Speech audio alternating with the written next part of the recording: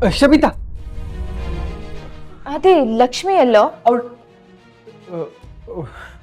ಅವಳು ಎಲ್ಲಿದ್ದಾಳೋ ನನಗೂ ಗೊತ್ತಿಲ್ಲ ಶಮಿ. ನಾನು ಅವಳನ್ನ ಹುಡುಕ್ತಿದ್ದೆ. ಅದು ಬಿಡು, ನನಗೆ ನಿಮ್ಮ ಮನೆ ಕೀ ಕೊಡ್ತೀಯಾ? ನಮ್ಮನೆ ಕೀನಾ? ಯಾಕೋ? ಅದೆಲ್ಲ ಆಮೇಲೆ ಹೇಳ್ತೀನಿ. ನಿಮ್ಮ ಮನೇಲಿ ನಿಮ್ಮ ಡ್ಯಾಡಿ ಇಲ್ಲ ತಾನೆ? ಇಲ್ಲ ಅಂತ ಅವತ್ತೇ ಹೇಳಿದ್ನಲ್ಲ ಆದಿ. ಹಾಗಾದರೆ ನಿಮ್ಮ ಮನೆ ಕೀ ಕೊಡು, ನಾನು ಹೋಗಿ ರೆಸ್ಟ್ ಮಾಡ್ತಿರ್ತೀನಿ. ನನಗೆ ಯಾಕೋ ಇಲ್ಲಿರೋಕ್ಕೆ ಆಗ್ತಾಯಿಲ್ಲ. ನೀನು ಡಿನ್ನರ್ ಮುಗಿಸ್ಕೊಂಡು ಫ್ರೆಂಡ್ಸ್ ಜೊತೆ ಎಂಜಾಯ್ ಮಾಡಿಕೊಂಡು ಆಮೇಲೆ ಬಾ. ಅಂದರೆ ಮನೇಲಿ ಆದಿ ನಾನು ಇಬ್ಬರೇ ಇರ್ತೀವಿ. ಆಗ ನನ್ನ ಪ್ರೀತಿನ ಅವನ ಹತ್ರ ಹೇಳ್ಕೊಬೋದು. ಇಂಥ ಅವಕಾಶ ಮತ್ತೆ ಸಿಗಲ್ಲ.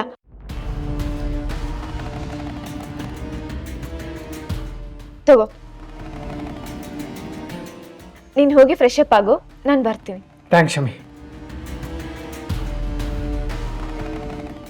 ಈ ಲಕ್ಷ್ಮಿಗೆ ಇನ್ನಷ್ಟು ತೊಂದರೆ ಕೊಟ್ಟು ಅವಳ ಅಹಂಕಾರಕ್ಕೆ ದೊಡ್ಡ ಪೆಟ್ಟು ಕೊಟ್ಟರೆ ಇನ್ನು ಮುಂದೆ ಈ ಕಾಲೇಜಲ್ಲಿ ನಂದೇ ಹವಾ ಇರುತ್ತೆ. ಆಗ ಅವಳು ನನ್ನ ಮುಂದೆ ಗುಬ್ಬಚ್ಚಿ ಮರಿ ಥರ ಇರ್ತಾಳೆ. ಆಮೇಲೆ ನಾನು ದುಡ್ಡು ಕೊಟ್ಟು ಕರೆಸಿರೋ ಹುಡುಗರಿಗೆಲ್ಲ ಪೇಮೆಂಟ್ ಕೊಟ್ಟು ಸೆಟಲ್ ಮಾಡಿ ಇಲ್ಲಿಂದ ನಾನು ಬೇಗ ಹೋಗಬೇಕು. ಮನೆಗೆ ಹೋದ್ಮೇಲೆ ಆದಿ ಜೊತೆ ಇಡೀ ರಾತ್ರಿ ಟೈಮ್ ಸ್ಪೆಂಡ್ ಮಾಡ್ಬೋದು.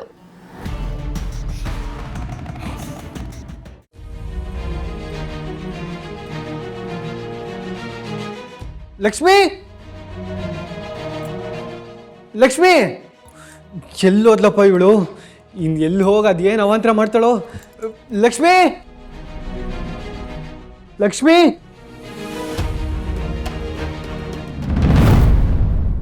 ಸಂಜೀವ ಕೂತ್ಕೊಳ್ಳಪ್ಪ. ಅಮ್ಮ ಕೂತ್ಕೊಬಿಟ್ಟ.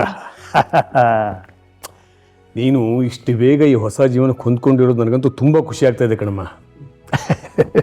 ನೀವಿಬ್ಬರು ಹೀಗೆ ಒಬ್ಬರನ್ನೊಬ್ಬರು ಅರ್ಥ ಮಾಡಿಕೊಂಡು ಹೊಂದ್ಕೊಂಡು ಬಾಳಬೇಕು, ಆಯಿತಾ? ಸಂಜೀವ, ಏನಪ್ಪ ನನ್ನ ಮೊಮ್ಮಗಳು ತುಂಬ ತೊಂದರೆ ಕೊಡ್ತಾ ಇದ್ದಾಳ? ಇಲ್ಲ, ಹಾಗೇನಿಲ್ಲ ತಾತ. ಇದ್ರೂ ನೀನೇನು ಹೇಳೋನಲ್ಲ ಅಂತ ಗೊತ್ತು ಬಿಡಪ್ಪ ನನಗೆ. ಮನಸ್ಸಲ್ಲಿ ಎಷ್ಟೇ ನೋವಿದ್ರು ಅದನ್ನಲ್ಲೇ ಇಟ್ಕೊಂಡು ಹೊರಗಡೆಯಿಂದ ನಗ್ತಾ ಇರೋ ಮನುಷ್ಯ ನೀನು ಅಲ್ವಾ?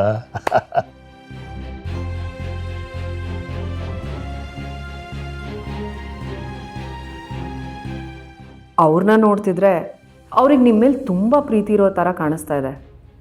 ಆ ಪ್ರೀತಿಗೆ ಮೋಸ ಮಾಡಿದಾಗ ಆಗಲ್ವಾ?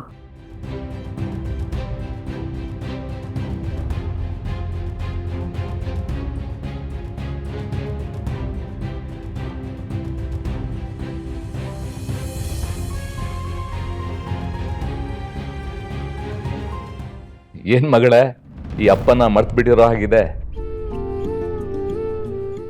ಅಲ್ಲಗಿರಿ, ಅವಳು ಹೇಗೋ ಮರೀತಾಳೆ. ಗಂಡನ ಪ್ರೀತಿ ಜಾಸ್ತಿ ಇದೆ ಅಂತ ಅರ್ಥ.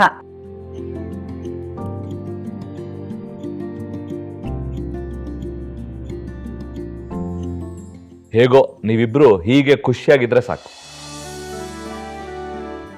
ತಾತ, ಆದಿಲಕ್ಷ್ಮಿ ಇಬ್ರು ಆಪೋಸಿಟ್ ಆಗಿ ಪಾರ್ಟಿಸಿಪೇಟ್ ಮಾಡ್ತಾರೆ ಅಂತ ಅನ್ಕೊಂಡಿದ್ವಿ ಅಲ್ವಾ? ಇವಾಗ ಇಬ್ರು ಜೊತೆಗೆ ಪರ್ಫಾರ್ಮೆನ್ಸ್ ಮಾಡಿದ್ದಾರೆ, ಮತ್ತೆ ವಿನ್ ಕೂಡ ಆಗಿದ್ದಾರೆ. ಆದಿ ಅಣ್ಣ ಸ್ಟೇಟಸ್ ಹಾಕೊಂಡಿದ್ದಾನೆ ನೋಡಿ.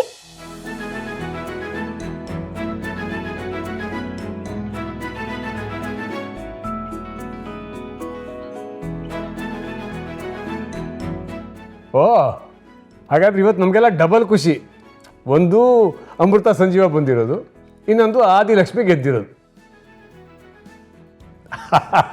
ಈ ಖುಷಿಗೆ ಮನೇಲಿ ಒಂದು ಹಬ್ಬದೂಟ ಮಾಡೋಣ.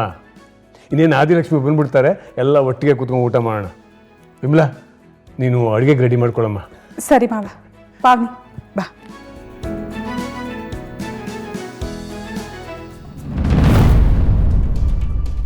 ಇವ್ರು ಬಂದರು, ಅವ್ರು ಗೆದ್ರು ಅಂತ ಇಷ್ಟೊಂದು ಖುಷಿ ತೋರಿಸ್ತಾ ಇದ್ದಾರೆ. ಅದೇ ನನ್ನ ಮಗಳು ಕೆಲ್ಸಕ್ಕೆ ಸೇರಿಕೊಂಡಾಗ ಈ ಖುಷಿನೇ ಇರಲಿಲ್ಲ ಮುಖದಲ್ಲಿ. ಏನೋ ಒಂದು ಕಾಟಾಚಾರಕ್ಕೆ ಒಳ್ಳೇದಾಗಲಿ ಅಂತ ಹೇಳಿದ್ರು ಅಷ್ಟೆ. ಈ ಡಬಲ್ ಸ್ಟ್ಯಾಂಡರ್ಡ್ ಬುದ್ಧಿಗಳೇ ನನಗೆ ಇಷ್ಟ ಆಗಲ್ಲ.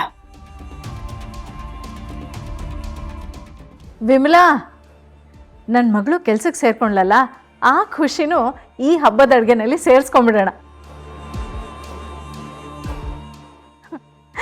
ನಾನು ಹೋಗಿ ವಿಮಲನ್ಗೆ ಅಡುಗೆನಲ್ಲಿ ಹೆಲ್ಪ್ ಮಾಡ್ತೀನಿ, ಆಯಿತಾ? ಚಿಕ್ಕಪ್ಪ, ಶೋಭಿತಾ ಕೆಲ್ಸಕ್ಕೆ ಹೋಗ್ತಿದ್ದಾಳಾ? ಹೌದು ಅಮ್ಮ, ಹೋಗ್ತಿದ್ದಾಳೆ. ಒಳ್ಳೆಯದು. ಹೆಣ್ಮಕ್ಳು ಸುಮ್ಮನೆ ಮನೇಲಿ ಕೂತ್ಕೊಳ್ಳೋ ಬದಲು ಈ ಥರ ಏನಾದರೂ ಪ್ರೊಡಕ್ಟಿವ್ ಆಗಿ ಮಾಡ್ತಾ ಇರಬೇಕು. ಅಕ್ಕ ನಿನ್ನ ಜೊತೆ ನಾನು ಇವತ್ತು ತುಂಬ ಮಾತಾಡಬೇಕು, ಬಾ ನೀನು.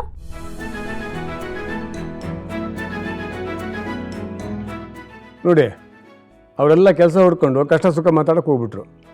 ನಾವೇನು ಮಾಡೋಣ? ಆರಾಮಾಗಿ ಹರಟೆ ಹೊಡೆಯೋಣ ಬನ್ನಿ.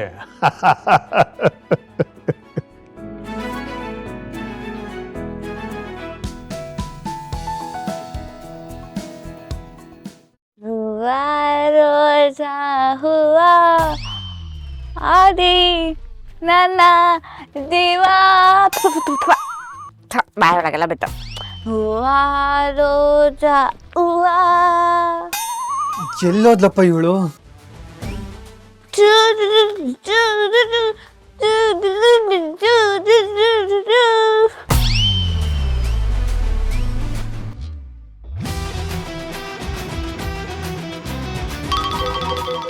ಏಯ್ ಲೂಸು, ಇಲ್ಲೇನೇ ಮಾಡ್ತಿದ್ಯಾ?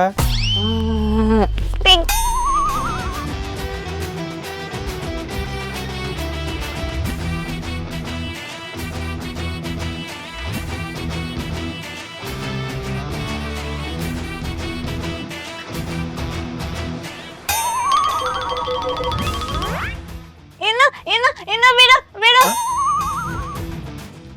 ಏ ಬಿಡು ಆಯ್ತಾಯ್ತಾಯ್ತಾಯ್ತಾಯ್ತು. ಕೊಡು ನಾನು ಆಟಾಡ್ತೀನಿ.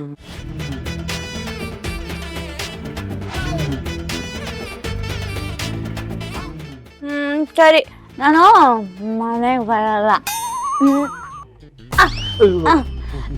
ನನ್ನ ಜೊತೆ ಕಣ್ಣ ಮುಚ್ಚಲ ಆಟಾಡ್ತೀಯ? ಕಣ್ಣ ಮುಚ್ಚೆ ಗಾರೆ ಊರೆ ಉದ್ದಿನ ಮೂಟೆ ಒಳ್ಳೆ ಹೋಯ್ತು ಬಿಟ್ಟೆ ಬಿಟ್ಟೆ ಕಣ್ಬಿಟ್ಟಿದ್ದೀನಿ, ನಾನು ಬಚ್ಚಿಟ್ಕೊತಿದ್ದೀನಿ. ಕಣ್ಬಿಡ್ಬೇಡ. ಏಯ್, ನೀನೇ ಕಣ್ಣು ಮುಚ್ಕೊಂಡು ನೀನೇ ಬಚ್ಚಿಟ್ಕೋತಾ ಇದೆಯಲ್ಲ? ಹೌದಲ್ವಾ? ನೋಡು, ನೀನ್ ಈ ಡಂಗಾಣಿ ಆಟಗಳೆಲ್ಲ ನನ್ನ ಹತ್ರ ನಡೆಯಲ್ಲ. ನಡಿ, ಸುಮ್ಮನೆ ಮನೆಗೆ ಹೋಗೋಣ. ನೀನ್ ಬರಲಿಲ್ಲ ಅಂದ್ರೆ ನಿನ್ನ ಬಿಟ್ಟೋಗ್ತೀನಿ ಅಷ್ಟೇ. ಬಾಯ್.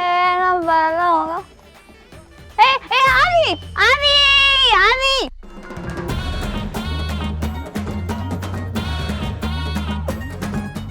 ಮೇಲೇನಾದ್ರೂ ಹೋದ್ನಾ?